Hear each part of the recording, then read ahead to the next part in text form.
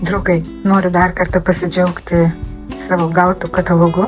Man tai yra išties didžiulis pasiekimas ir įvertinimas.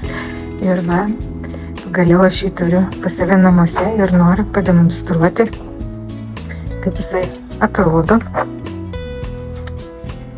Toks didelis formatas. Taip pat noriu padėkoti Eurazijos gildijai už šią unikalią galimybę save pristatyti pasaulinėme lygmenyje.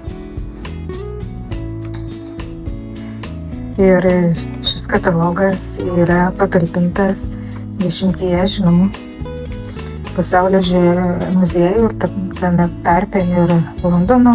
Ir štai mano darbai. Vienas darbas, kuris buvo nutapytas iš karto prasidėjus pandemijai.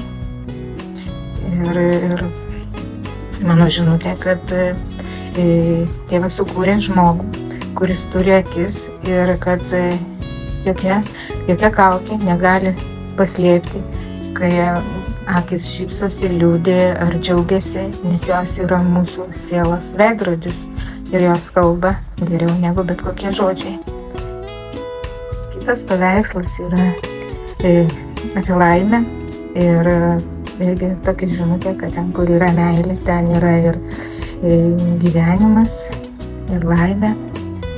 Ir trečia žinutė apie ramybę, kad ypatingai šiais laikais labai visiems trūksta ramybės ir būtent tai ir yra apie tai. O rugpjūčio 18 dieną Londone vyks šio katalogo dalyvių kūrinių pristatymas ir kas turi tokią galimybę atvykti į Londoną į pristatymą, tai mielai kviečiu atvykti ir pasidžiaugti kartu. Dėkoju. Iki.